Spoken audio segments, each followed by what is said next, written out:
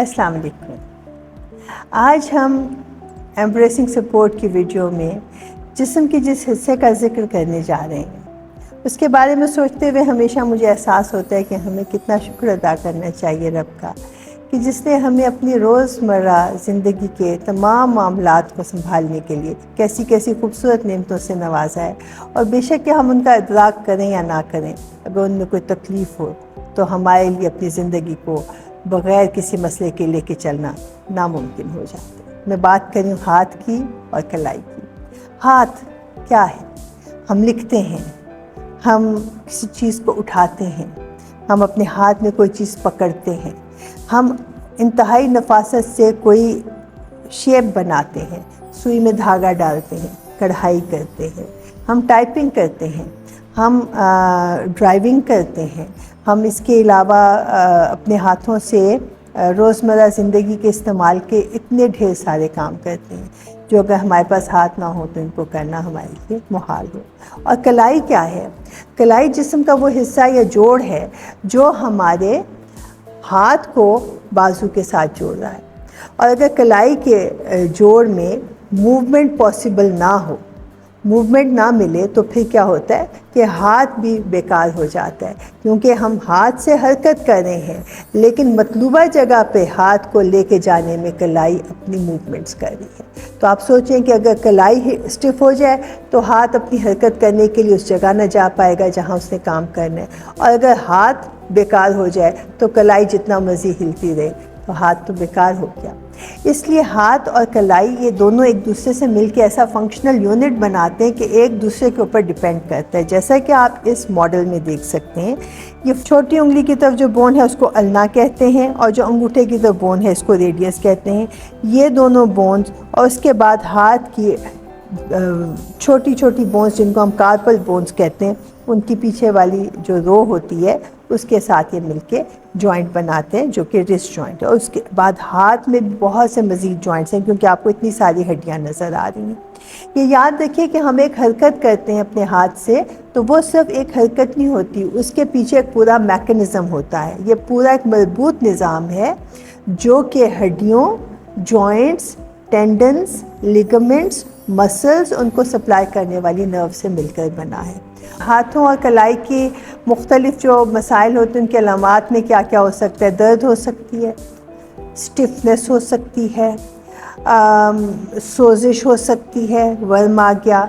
इसके अलावा किसी ख़ास हरकत में कमज़ोरी, ग्रिप में कमज़ोरी, चीज़ को पकड़ने में कमज़ोरी। इसके साथ साथ ये हो सकता है कि अनस्टेबल हो जाएं जॉइंट्स। और उसके बाद हाथों में सुइयां चुभना, स्किन का सुन हो जाना, ये सारी अलामात हाथ और कलाई के साथ रिलेटेड होती हैं। ये किस वजह से पैदा हो जाती हैं? इसमें इन्फ्लेमेशन है एक reason, old age, degenerative changes हैं। इसके अलावा ख़ास तौर पे कोई हरकत बार बार करना, ऐसे काम जिसमें कि एक ही मूवमेंट को आप बार बार कर रहे हैं। मिसाल के तौर पे कोई ऐसी स्पोर्ट खेल रहे हैं जिसमें आप पैडल स्पोर्ट है, एक ही मूवमेंट आपने बार बार करनी है। आप टेबल टेनिस खेल रहे हैं, आप रैकेट स्पोर्ट कोई खेल रहे हैं, कोई टूल है जो आप बार बार इस्तेमाल कर रहे हैं, आप टाइपिंग कर रहे हैं और वो रेपिटेटिव यूज़ से, रेपिटेटिव एक्टिविटी या मूवमेंट से भी कलाई और हाथ स्ट्रेन में आ जाते हैं। इसके अलावा ऑफ कोर्स कोई प्रोसीजर करना पड़ जाता है, उस प्रोसीजर के बाद हाथ को, कलाई को रेस्ट देने की ज़रूरत होती है। कई मरतबा कास्ट लग गई है या प्लास्टर चढ़ गया, उसके उतरने के बाद दोबारा रोज़मर्रा ज़िंदगी में आने के लिए एक सपोर्ट की या प्रेस की ज़रूरत हो सकती है। तो इस सिलसिले में अब मैं आपको पहले 2 ऐसी ब्रेसेस से इंट्रोड्यूस करवाऊँगी जो फिट एमडी ने ख़ास तौर पे कलाई और सानवी तौर पे हाथ के लिए डेवलप की हैं। एक ब्रेस का नाम है वॉलर फिट क्यू प्रेस और दूसरी का नाम है वॉलर फिट स्प्लिंट। अब हम इनके बारे में अलग अलग बात करते हैं। जी, तो वॉलर फिट क्यू प्रेस जैसे कि नाम आपको बता रहा है, ये फिट एमडी की उस यूनिक रेंज का मेंबर है जहाँ पे कॉपर इन्फ्यूज़ फैब्रिक को इस्तेमाल किया जा रहा है।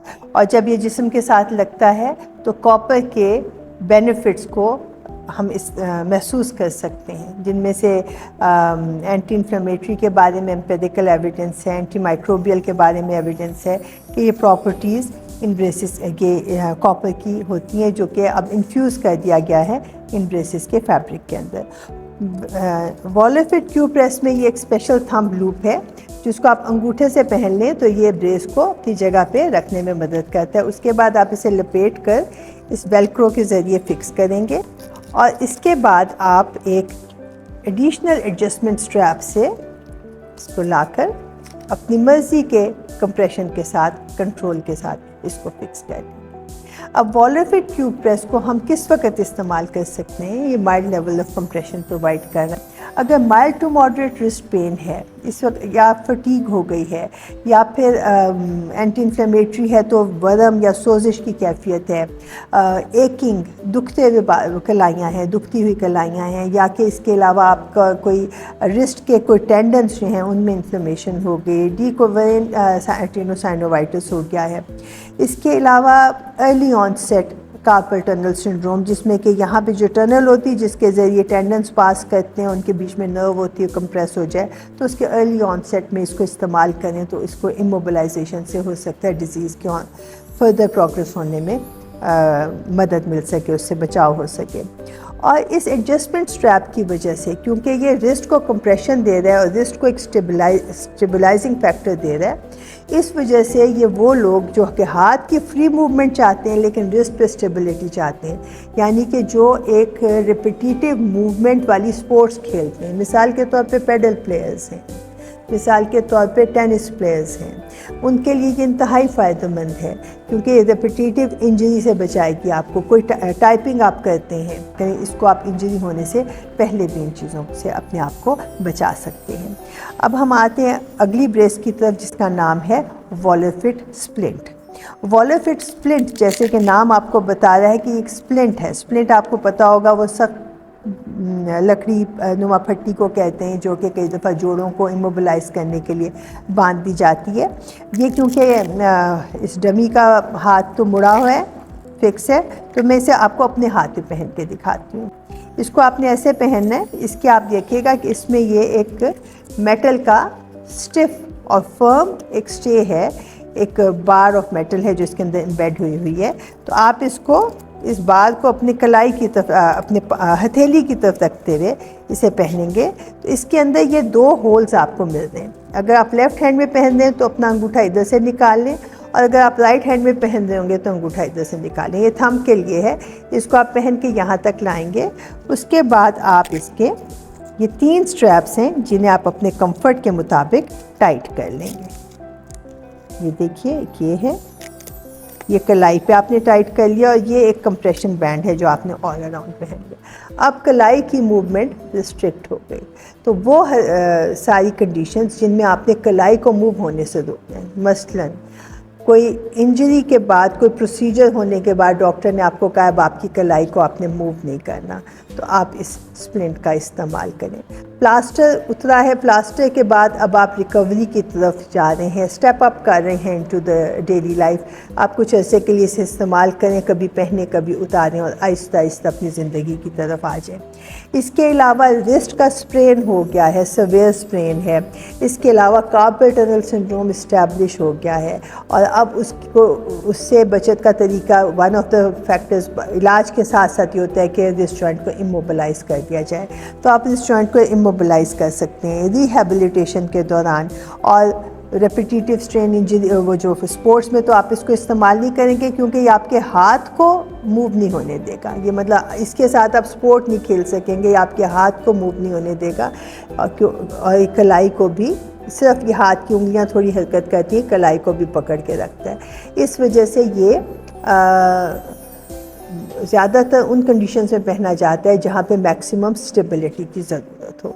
तो ये हमने 2 कलाई की ब्रेसेस का जिक्र किया, वॉलरफिट क्यूब प्रेस एंड वॉलरफिट स्प्लिंट। और इतना कंफर्टेबल है कि मुझे भी अच्छा ही लग रहा है पहन के। तो अब हम अपनी अगली वीडियो में हाथ की 3 ब्रेसेस के बारे में बात करेंगे, और उसके साथ हमारी ये हाथ और रिस्ट की सीरीज़ कंप्लीट हो जाएगी इंशाल्लाह ताला। मिलते हैं दोबारा। Thank you very much. अस्सलाम वालेकुम।